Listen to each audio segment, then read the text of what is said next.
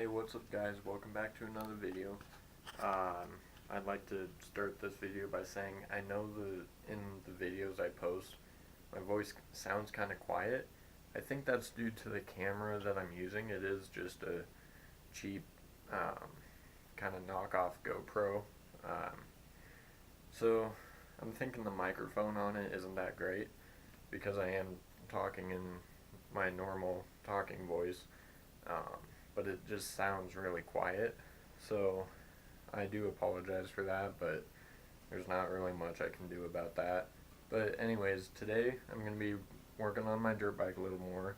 Right now, I'm going to start with getting the new gasket on my carburetor, getting that to stop leaking. I already have it pulled, obviously, so I'm going to start getting that torn down a little bit and get ready to get that new gasket put in there. Alright, so before I got started tearing apart the carburetor, I decided to take this off, which is where the carburetor mounts to, and look in at the reed valves. I don't know how well the camera can see it, but there's little carbon fiber valves in there, and that's just so there's no gas that's coming from the engine back into the carburetor. It's basically a one-way check valve. On these two-stroke engines, just how they work, there's always a chance that that fuel can go backwards through the system, so that's what those reed valves are for. But while I was inspecting that, I found this broken rubber piece was jammed in this. Honestly, I'm not quite sure what this is for, but it sits right in there on top of the reed valves. So I'm pretty sure that got there before I bought this bike, so I don't really know where it came from, how long it's been there, or anything like that. So I'm almost wondering if once I get this back together, the bike may run a little different, because if that's been in there a while and the previous owner didn't know about it, he could have tuned the carburetor to run with that in there. I'm wondering if I'm going to have to retune it a little bit just to make it run without that rubber piece in there, but I don't know. That's going to be interesting to see what happens. Alright, so I'm going to kind of give a brief explanation about how one of these two-stroke carburetors work. I'm not necessarily the most knowledgeable on this type of stuff, but I'm kind of going to explain to you how I understand it. And I may go a little in depth, but I'm not going to be crazy deep into like the basic or the advanced workings of it. Just kind of the basic idea of how it works. So this is your carburetor. You've got your air box on the back here, air flows in here, and your fuel comes in through this tube from the fuel tank, and this bowl sits on the bottom here, and that fills up with fuel. And while that fuel is sitting down here, there's two jets that sit in there. I've got them out right now. So looking at these jets, there's two different ones. You've got your main jet and your idle jet. The idle jet, pretty self-explanatory. It's just sitting in there, and when the bike is sitting at idle RPM, all the fuel is going through that jet. It's not going through the main jet. So that allows it to get enough fuel to keep running, but it's not so much fuel that the RPMs are going to jump up and it's going to be trying to push the bike. So this main jet, I don't know if you can tell, but it's a bit bigger of a hole compared to this idle jet. The main jet goes in that middle hole and comes out up in the carburetor.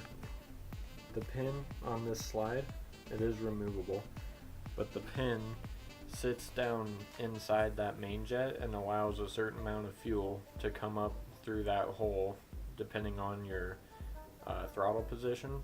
So as you twist the throttle, this moves up in the carburetor. So as you can see, it just sits down in there, and right now you can see it blocks off the opening for air to go through there. And down at the bottom, it is still a little bit open to allow that little bit of air in while at idle. And then the idle jet, I don't know if it's visible, but there's a tiny hole down there at the bottom. That's where the fuel comes up through the idle jet. So the main jet is almost like the main adjustment, and then the needle, the adjustment on there is more of a fine adjustment, fine tuning, getting it just right. So just for a demonstration, you can see inside the carburetor, it's all blocked off, and as I pull the throttle, that slide opens up and you can see the needle coming up with it, and that's allowing more or less air and fuel to flow through the carburetor into the engine. So now getting a little more complicated, right there you have your idle speed screw, so that's how you adjust the speed of the engine at idle. As you turn that, I don't know how well I'll be able to get this, but there you can see the other end of that screw down in there, just right on the side, and as you turn that, it adjusts how high that slide sits down in there. So if you have it turned in all the way, that slide is going to be up higher, allowing more air to flow underneath it. That's more fine-tuning adjustments that you can make as the bike is running, and you can listen to it, just figure out where it needs to be set at to get that right idle speed. And right here you have your choke. Right now, with it pulled up, it is choked, and with it down, that's normal for how it should be while running. The choke is mainly for when you're starting the engine when it's cold.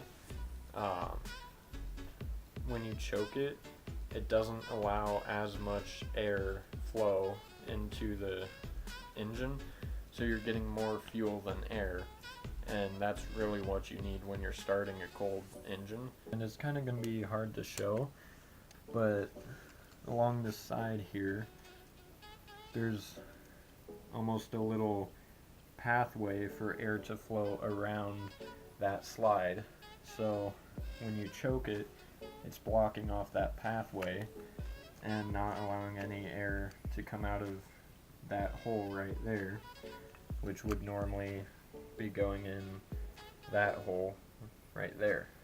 So when it's choked, it's not allowing that airflow to go through there, and it's not getting as much air at idle as it normally would. Alright, so getting back to what I was doing as far as fixing this thing, I don't know how well it's going to pick up on the camera, but that old gasket, pretty much all the way around, it's flush with the metal, if not recessed down in there a little bit. So that explains a lot of why it was leaking. Alright, so I've got the old gasket out right there, and the new gasket right there. And looking at the old gasket even more with it out of the bowl, it's all dried and cracked, so that's going to allow a lot more fuel to leak through as well. So needless to say, that old gasket was definitely worn out and needed to be replaced. We've got the carburetor all back together, and now it's time to go back on the bike. I just wanted to touch on how to get this spring back on there. It goes down in there, in between the slide and this cap, and I've already done this a few times on a couple different bikes. It is pretty difficult if you're doing it one way, and that one way is putting the spring on there. As you can see, throttle cable is only like half the length of that, so you've got to compress that spring up while holding this and get it to hook on there. That's one way to do it. Or if you're struggling on doing that or just can't figure out how to get the spring compressed enough, all you've got to do is hook the slide on there with this little plastic piece already on the throttle cable. That just sits right on the end of the spring. And then all you've got to do, let's see if I can do this one-handed. All you've got to do is get the spring started on there, and then you can just twist it on there, and as you can see, it's wrapping around the throttle cable. So that is an easier way of doing that. All you've got to make sure is that plastic piece is aligned how it should be, so it holds everything together internally. As you can see now, I've got the spring on there, and the plastic piece sits in there to hold the throttle cable on there, hold it all together. And then once you do that, you're ready to slide that into the carburetor. Twist that cap just on here, you can see the threads right there, and get it all set up back on the bike. Alright, so as you can see, we've got the carburetor back on there, everything's bolted on and tightened down, ready to go. At this point I'm going to leave this video here and then pick up next time wherever I end up, whatever I do next. So if you like the video, like, subscribe, comment, and I'll see you guys in the next video.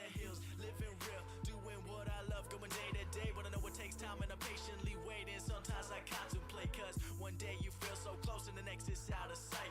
But I know I gotta hold on tight to go back to just going out every night. Like if I'm about to let it go